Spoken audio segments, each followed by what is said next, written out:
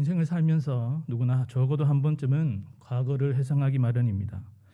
일반적으로 과거를 되돌아보는 목적은 그 과거를 토대로 현재와 또 미래에 좋은 영향을 얻기 위함입니다.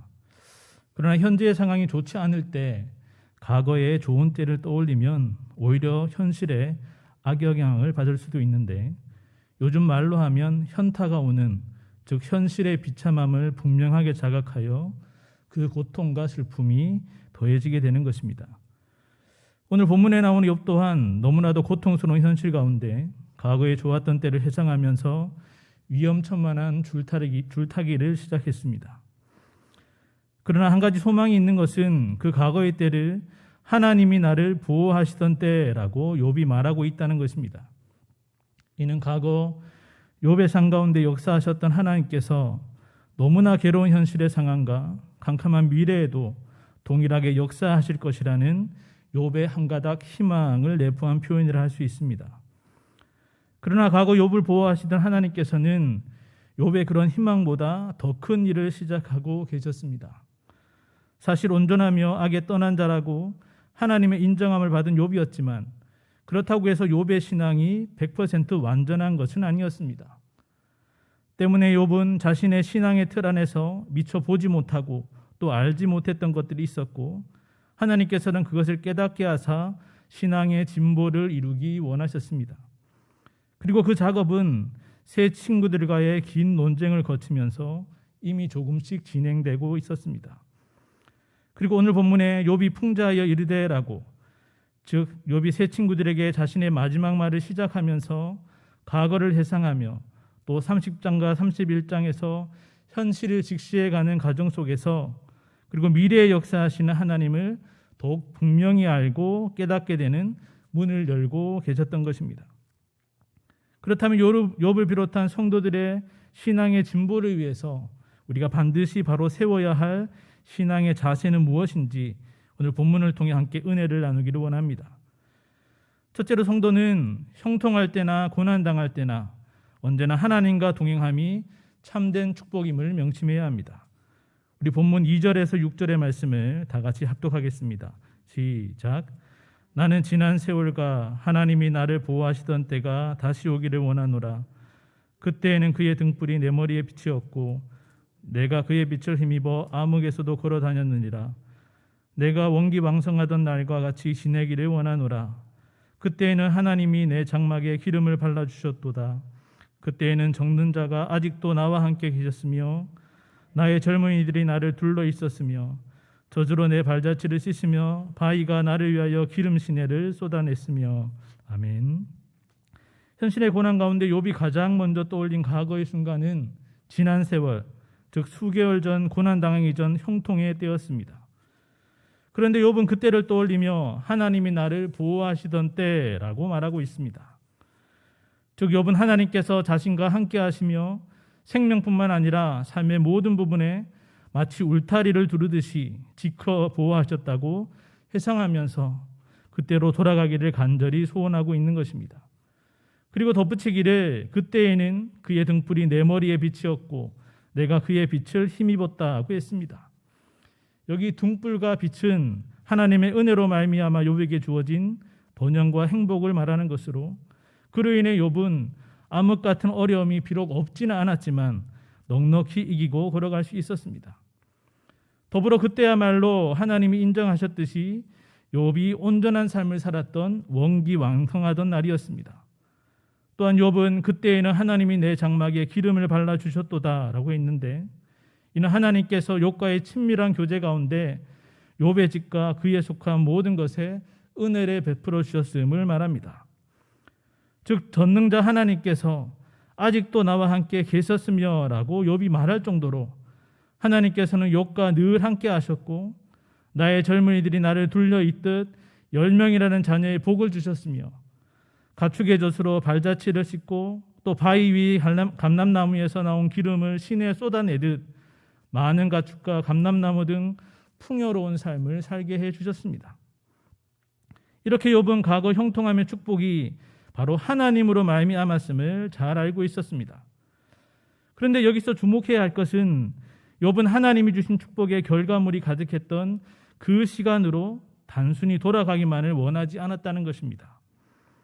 왜냐하면 지금 욥의 현실이 그러하듯 이유는 분명히 알 수 없지만 축복으로 가득 했던 형통의 때가 언제 또다시 고난의 때로 바뀔 수 있음을, 더불어 의인도 고난을 당할 수 있음을 이제 욥은 알고 있었기 때문입니다. 사실 현실의 고난이 계속되는 가운데 욥이 가장 괴로웠던 것은 자신이 당하고 있는 현실에 대해 침묵하고 계시고, 더 나아가 자신과 등을 지고 멀리 계시는 듯 보이는 하나님과의 단절 때문이었습니다. 그래서 욥은 고난 가운데, 그리고 친구들과의 평행선을 가는 듯한 결론 없는 논쟁 가운데 시간이 지나면 지날수록 하나님을 찾고 만나고자 처절한 부르짖음을 계속했던 것입니다. 그리고 결국 그 기뻐하시는 뜻 가운데 절대 주권으로 다스리시며 섭리하시는 하나님을 만나게 되므로 드디어 참 만족과 평안을 맛보게 되었습니다. 다시 말해 욥은 형통할 때이든지 또 고난 당할 때이든지 어떠한 상황에서도 자신의 모든 삶 가운데 함께하사 친히 간섭하시고 보호하시고 인도하시는 하나님과의 동행함이 바로 참된 축복이요 행복임을 깨닫게 되었던 것입니다. 성도들이 축복이나 형통함을 생각할 때 복을 받기 위한 목적의 신앙생활, 즉 기복신앙에 빠지지 말아야 한다고 늘 조심합니다. 그런데 의외로 욥과 세 친구들과의 논쟁의 핵심이었던 인과응보적 신앙, 즉 죄인은 고난과 저주를 받고 의인은 형통과 축복이 반드시 있다는 이러한 보응신학에 대해서는 주의를 잘 기울이지 않습니다. 더 심각한 것은 자신이 그러한 보응신학의 틀 안에 있다는 것조차 모를 때가 많다는 것입니다. 즉 성도들이 어떤 어려움을 만나게 되면 내가 무슨 잘못을 저질렀나? 왜 하필 나인가? 라고 생각하거나 반대로 나름 열심히 신앙생활을 한다고 했는데 축복이나 형통함이 왜 나에게는 없는 걸까라고 의문을 가지기도 하는 것입니다. 그리고 여기에 집착하게 되면 악인의 형통함에 늘 불평 속에 살고 신실한 자들은 당연히 고통 없이 행복하고 성공적인 삶을 살아야 한다고 생각하면서 결국 신앙이 자신들의 물질적 부를 증가시킨다고 믿는 비성경적인 번영 신앙에까지 빠져들게 되는 것입니다. 물론 구약 성경의 많은 부분에서 하나님의 율법에 대한 순종은 축복으로 또 불순종은 저주로 연결시키고 있지만 이는 하나님의 백성들로 하여금 하나님과 늘 동행하며 살게 하므로 종말론적으로 영벌이 아닌 영생 축복을 누리게 하기 위함입니다. 또한 욥이 고난 가운데 깨닫게 된 것처럼 항상 이 보응신학이 적용되는 것도 아니고 오히려 모든 피조세계와 인생의 생사복이 그 기쁘신 뜻 가운데 합력하여 선을 이루시는 하나님께 달려있음을 우리는 기억해야 하는 것입니다. 따라서 성도들은 그런 하나님과의 관계에 있어서 늘 경외함으로 예배하며 섬기며 그 말씀대로 살아감으로 그렇게 하나님과 늘 함께 동행함이 최고의 축복이며 행복이며 만족함임을 명심해야 하는 것입니다. 즉 당신의 자녀된 성도에게 언제나 가장 좋은 것을 허락하시는 하나님을 믿는 가운데 형통함의 축복이 찾아오면 하나님께 감사함으로 더욱 기쁨으로 주님과 동행하며 반대로 고난이 찾아오면 혹여나 자신의 연약함이나 불충함이 없는지 살피고 기도함으로 주님의 도우심과 은혜를 구하는 가운데 주님 안에 늘 거하여 인내함으로 정금같이 나아가야 하는 것입니다. 정말 이 높은 산이나 거친 들이나 초막이나 궁궐이나 형통함이나 고난 가운데 있더라도 언제나 하나님과 함께 늘 동행함으로 하늘나라 천국에 있는 것과 같은 가장 큰 축복과 행복을 날마다 맛보아 누리는 성도님들 되시기를 간절히 바랍니다. 둘째로 성도는 자신의 상황이나 사람들의 반응에 상관없이 언제나 이웃사랑의 계명을 실천해야 합니다. 우리 본문 7절에서 17절까지 다 같이 합독하겠습니다. 시작. 그때에는 내가 나가서 성문에 이르기도 하며 내 자리에 거리에 마련하기도 하였느니라. 나를 보고 젊은이들은 숨으며 노인들은 일어나서 서며 유지들은 말을 삼가고 손으로 입을 가리며 지도자들은 말소리를 낮추었으니 그들의 혀가 입천장에 붙었느니라. 귀가 들은즉 나를 축복하고 눈이 본즉 나를 증언하였나니 이는 부르짖는 빈민과 도와줄 자가 없는 고아를 내가 건졌음이라. 망하게 된 자도 나를 위하여 복을 빌었으며 가부의 마음이 나로 말미암아 기뻐 노래하였느니라. 내가 의를 옷으로 삼아 입었으며 나의 정의는 겉옷과 모자 같았느니라. 나는 맹인의 눈도 되고 다리 저는 사람의 발도 되고 빈궁한 자의 아버지도 되며 내가 모르는 사람의 송사를 돌보아 주었으며 불의한 자의 턱뼈를 부수고 노획한 물건을 그 이스에서 빼내었느니라. 아멘. 이제 욥은 과거 하나님께로부터 받은 축복이 다른 사람들과의 사회적 관계 속에서도 흘러 넘쳤음을 말하고 있습니다. 그때 욥은 상류계층 사람들이 모여서 잡담하며 또 교역하고 또 재판까지 이루어지는 성문으로 자주 나아갔고 그곳에 이르면 자신의 자리가 마련되어 있을 정도로 사회적 이치가 높았음을 회상하고 있습니다. 즉 욥을 만나는 젊은이들은 숨듯 비켜서 길을 터주었고 노인들은 욥이 자리에 앉기까지 일어나서서 경의를 표할 정도였습니다. 또한 유지들과 지도자들도 그들의 혀가 입천장에 붙어 있는 듯 욥 앞에서 손으로 입을 가리고 또 말소리를 낮추어 말을 상거함으로 욥과 욥의 말에 건의와 존중을 드러내었습니다. 다시 말해 상류계층의 사람들은 욥의 말을 듣고 또 그를 볼 때에 욥을 축복하고 존경을 나타내었던 것입니다. 이러한 욥에 대한 사람들의 반응은 욥이 빈민과 또 고아와 망하게 된 자 그리고 가부까지도 도와주고 건져주고 위로하였기 때문이라고 말합니다. 즉 욥은 당시 사회적 약자들의 고통을 외면하지 않고 그들에게 사랑을 베푸는 삶을 살았으며 이에 그들뿐 아니라 모든 계층의 사람들에게 존경을 받았던 것입니다. 그런데 욥은 그러한 사랑을 베푼 궁극적인 이유를 내가 의를 옷 입고 옷으로 삼아 입었으며 나의 정의는 겉옷과 모자 같았느니라고 해석하고 있습니다. 여기 옷을 입는다는 표현은 영적인 상태를 의미하는 것이며 의와 공의는 하나님과의 바른 관계 속에 다른 사람들에 대한 사랑과 자비와 긍휼을 베푸는 사회적 책임을 다하는 것을 말합니다. 즉 욥은 하나님을 사랑하는 계명을 순종함과 동시에 이웃사랑이라는 하나님 주신 계명으로서의 실천적 삶을 살았던 것이고 그러한 영적인 상태를 유지하는 가운데 옷이나 겉옷, 모자를 항상 착용하고 다니듯이 그 선한 일을 위해 언제나 최선을 다했던 것입니다. 그리고 그런 욥의 이웃사랑의 실천적 삶은 맹인이나 저는 사람, 또 빈궁한 자, 억울한 자들에게 눈과 발이 되어주고 때로는 아버지나 변호사가 되어주기도 했으며 불의한 자들에 대해서는 그들의 턱뼈를 부수어 탐욕스러운 그들의 일세에서 노획물을 빼내듯 공의를 행함으로 욥은 사회 모든 부분에서 이웃사랑의 온전한 삶을 위해 힘을 다하였던 것입니다. 그럼에도 현재의 고난 가운데 욥은 30장에서 말하듯 이전에 자신이 베푼 이웃사랑에도 불구하고 많은 사람들, 특별히 불의한 자들에게 조롱과 비난을 받고 새 친구들에게까지 정죄함을 당하고 있습니다. 그런데 이런 비참한 상황을 만난 욥은 이웃사랑에 대한 보다 깊은 의미를 생각하며 이 또한 하나님 앞으로 가져가서 부르짖었습니다.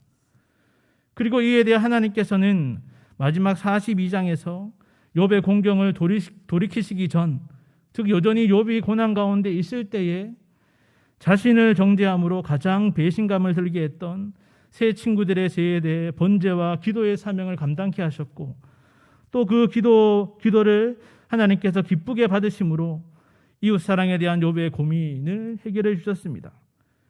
즉 욥이 형통하든지 고난을 당하든지 또 그 상대의 반응이 어떠하든지 간에 이웃사랑의 삶은 언제나 계속되어야 함을 깨닫게 해주셨던 것입니다. 하나님을 사랑하는 성도로서 이웃사랑의 계명을 지키는 것은 대인관계에 있어 성도로서의 마땅한 신앙의 자세이며 또한 성화의 열매라고 할 수 있음에도 그것이 쉽지 않은 것이 사실입니다.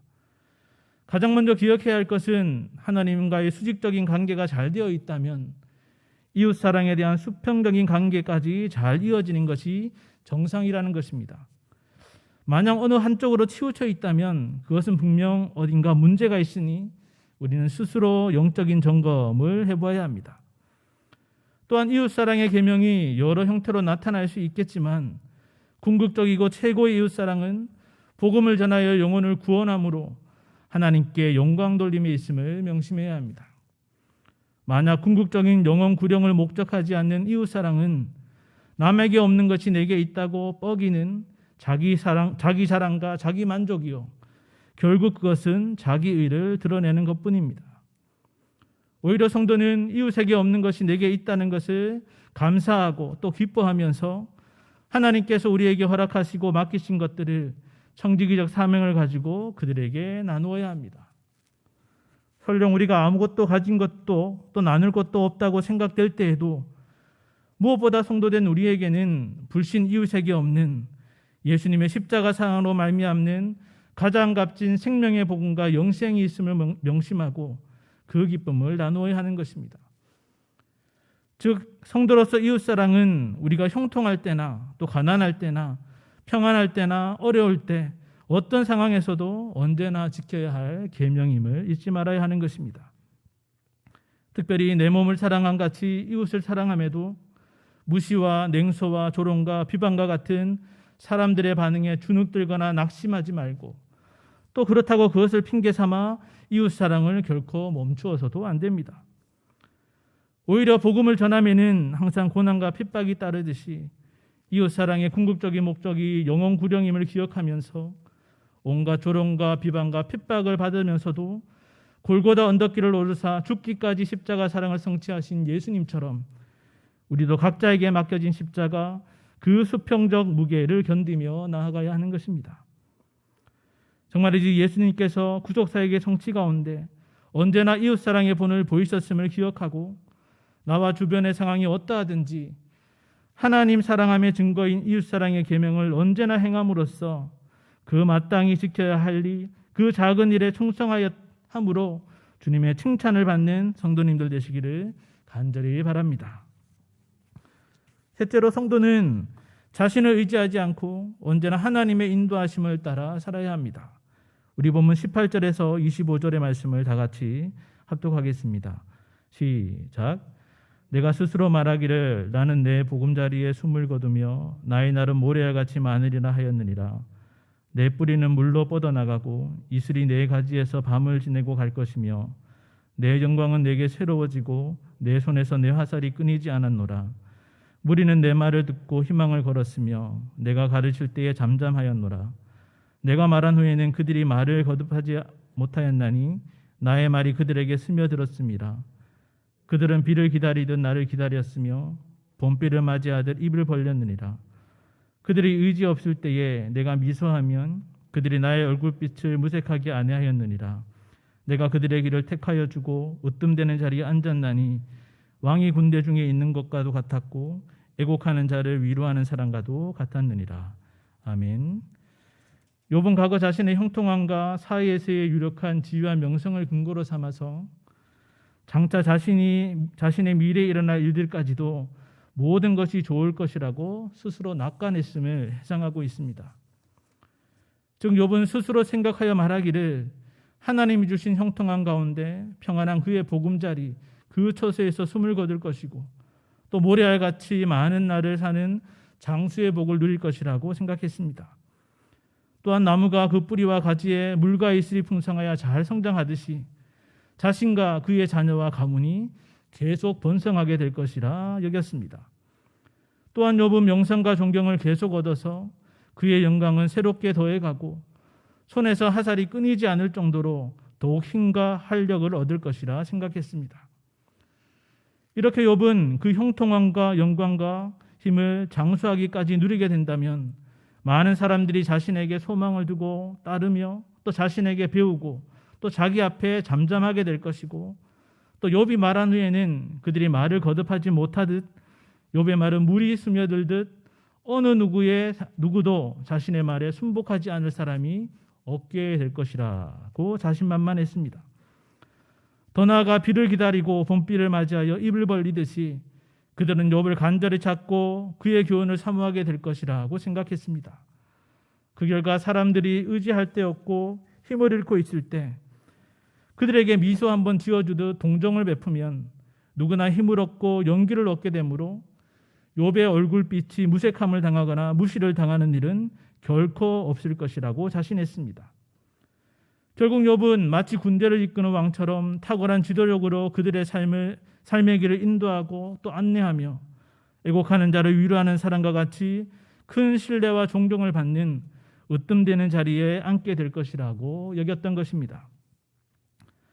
과거 하나님이 주신 형통함의 축복과 또 이웃사랑을 실천하는 온전한 삶으로 존경과 명예를 누렸던 욥이었기에 미래에도 계속 번영함과 형통, 영광을 누릴 것이라고 욥 스스로가 생각한 것은 어쩌면 당연할 것이고 또 그 누구 하나 여기에 토를 달 사람도 없었을 것입니다. 그러나 욥이 그렇게 낙관하며 장담했던 현실은 어떠합니까?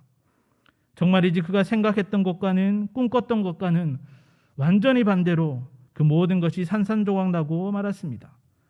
자녀와 소산은 모두 잃어버렸고 장수는커녕 당장 내일 죽어도 이상하지 않을 만큼 고통 가운데 하루를 살아가고 있습니다.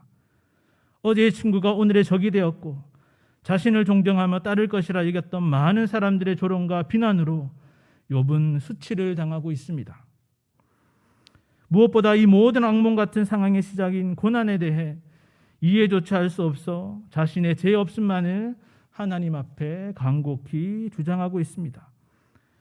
이 모든 일에 욥 스스로의 힘이나 경험이나 생각은 그를 더욱 암담한 현실로 몰아넣었을 뿐입니다. 그럼에도 욥이 정말 잘한 한 가지는 단순히 고난을 끝까지 견뎠다는 것이 아닙니다. 오히려 참담한 현실 가운데도 하나님만을 끝까지 찾았다는 것이며 또한 지금 현실의 원인일 수 있고 또 삶의 한 부분일 수 있는 크다면 크고 작다면 작은 고난이라는 문제까지도 하나님께 해결함을 받으려 했다는 것입니다. 결국 욥은 그렇게 하나님과의 대면을 통해서 하나님을 아는 지혜의 부요함을 맛보며 욥의 삶을 친히 인도하시는 하나님에 대한 신앙의 자세를 새롭게 할 수 있었던 것입니다. 미래에 대한 불확실성으로 말미암는 두려움과 불안을 극복하고 더불어 다른 사람보다 더 앞서기 위해서 사람들은 삶의 모든 영역에 있어 미래를 예측하는 것을 너무나 중요하고도 또 일상적인 것으로 여기고 있습니다. 사실 과학능력이 발달하면 할수록 미래를 예측하는 것이 많은 부분에 있어서 가능하게 되었지만 그렇다고 미래를 정확하고 명확하게 예측할 수는 없습니다. 이거는 과거 역사를 통해서도 알 수 있고 당장 내일 일기예보가 틀려지는 일들 통해서도 우리는 알 수 있습니다. 그럼에도 사람들은 이런 예측을 바탕으로 자신이 무언가를 가지고 있고 또 알고 있다는 이유로 미래를 지나치게 확신하거나 반대로 또 비관하다가 결국 삶의 몰락으로 이어지는 경우가 많습니다. 이것은 성도들도 예외는 아닌데 특히 형통할 때의 욥처럼 자신의 경험과 생각, 더 나아가 왜곡된 신앙의 틀에 박혀서 그 형통이 계속 지속될 것이라고 섣불리 판단해서는 안 됩니다. 성경은 분명히 절대 주권의 하나님께서 그 기쁘신 뜻대로 이 피조 세계를 다스리시며 더불어 성도들에게 좋은 일뿐만 아니라 공경도 주시는 분이라고 밝히고 있음을 우리는 명심해야 하는 것입니다. 즉 우리는 형통함의 복도 받을 수 있지만 욥처럼 재물과 명예 모든 것을 빼앗길 수도 있습니다. 또한 예수님이 재림하시지 않는 한 우리는 종종 길고 고통스러운 질병을 겪다가 죽을 수도 있고 사랑하는 부모나 형제, 친구, 심지어 아내와 자녀까지도 바로 우리 앞에서 그들이 죽을 수도 있습니다. 반대로 절망스러운 우리 자신과 상황에 스스로 모든 것이 끝났다고 판단하여서 자포자기하고 있을 때에도 하나님은 우리에게 그 공경을 돌이키사 갑절이나 주시기도 하시며 종말론적으로는 반드시 이 일을 이루실 것입니다. 따라서 우리는 내일 일을 자랑하지 말라. 하루 동안에 무슨 일이 났는지 내가 알 수 없음이라는 말씀을 매일 마음에 새기면서 말씀대로 그 섭리와 계획 속에 구속 역사를 성취해 가시는 하나님 되심을 기억하고 파순과 같이 늘 깨어 기도하면서 하나님의 말씀의 인도함을 따라 살아야 하는 것입니다. 결탄코 유한하고 연약하고 또 모자란 우리의 지식이나 경험이나 생각을 따라 살겠다는 교만함을 넘어서 불신앙의 태도를 보여서는 안 되는 것입니다. 정말 우리 자신을 의지함으로 내일을 장담하고 자랑하지 말고 나의 시대와 나의 날이 주의 손에 있나이다 하고 언제나 겸손히 고백하면서 친히 우리를 인도하시는 주님과 즐거움의 걸음을 늘 함께 걷는 성도님들 되시기를 간절히 바랍니다. 사랑하는 성도 여러분, 그리고 오늘 헌신을 다짐하는 27, 28, 29 여전도의 회원 여러분, 성도들에게 있어 신앙생활이 쉽지 않고 더불어 신앙의 진보에도 발전이 더딘 이유는 무엇이겠습니까? 그 이유 중 하나는 신앙과 현실 사이의 간격, 즉 괴리감 때문일 것입니다. 즉 내가 알고 믿고 있는 하나님에 대한 신앙이 내가 살고 있는 현실의 실존적 상황에서 잘 체험되지 못하고 반영되지 않으므로 마치 동영상을 볼 때 버퍼링이 생기다 멈춰버리듯 신앙생활의 흐름이 끊어지고 멈춰버리는 것입니다. 설상가상으로 자신이 자라온 문화나 관습 속에 잘못 만들어진 왜곡된 신앙의 틀은 그마저도 힘겹게 걸어가고 있는 신앙의 경주에서 결코 넘을 수 없는 벽을 만들어 버립니다. 이런 상황이 반복되고 지속되면 하나님은 살아계시지만 나와는 상관없으신 하나님, 즉 하나님의 임재 속 부재를 느끼며 성도로서 가장 고통스러운 터널을 지나가게 되는 것입니다. 그러나 우리가 이러한 끔찍한 터널에 들어가서 못 나오지는 않을까 걱정할 필요가 없는 것은 앞서 보았던 고난의 대명사였던 욥이 바로 이 출구도 끝도 알 수 없는 터널을 통과하고 그 탈출 방법까지 알려주고 있기 때문입니다. 즉 욥은 그 터널 속 절망의 순간에 과거 하나님이 나를 보호하시던 때를 떠올리며 고난으로 가득한 현실 가운데 부재하시는 하나님이 아닌 아직도 자신을 보호하시며 함께하사 인도하시는 하나님 되심을 깨닫게 되었습니다. 그리고 결국 자신이 인지하지 못했던 신앙의 틀을 깨고 고통의 터널을 나와 더 넓고 깊은 신앙의 진보 가운데 하나님을 더욱 가까이서 대면하는 미래를 맞이하게 되었던 것입니다. 우리 또한 하나님이 나를 보호하고 계심을 기억하고 또 욥이 터널을 통과하면서 한 단계 레벨업을 하게 된 신앙을 따라서 우리의 신앙의 자세를 새롭게 한다면 영적 고통의 늪과 같은 터널을 넉넉히 통과함은 물론 그 터널을 다시 만나지도 않게 될 것입니다. 따라서 성도 여러분, 참된 축복은 언제나 하나님과 동행하는 것임을 깨닫고 우리 삶의 기반을 든든히 하시기를 바랍니다. 또한 언제나 이웃사랑의 계명을 실천함을 깨닫고 하나님과 동행하는 구체적인 삶의 모습을 이웃에게 나타내 보이시길 바랍니다. 그리고 언제나 우리 자신을 의지하지 않고 하나님의 인도하심만을 따라 가장 안전하고도 바르고 빠른 길로 나아가시기 바랍니다. 그래야 이러한 신앙생활의 모습을 날마다 임서 나타내 보이는 신앙의 진보를 통해서 두렵고도 암담하게 보이는 현실의 상 가운데 우리를 보호하시는 하나님과 늘 함께하며 언제나 그 필요를 채우시는 은혜를 날마다 맛보아 누리는 경애의 모든 성도님들 되시기를 주님의 이름으로 간절히 축원합니다.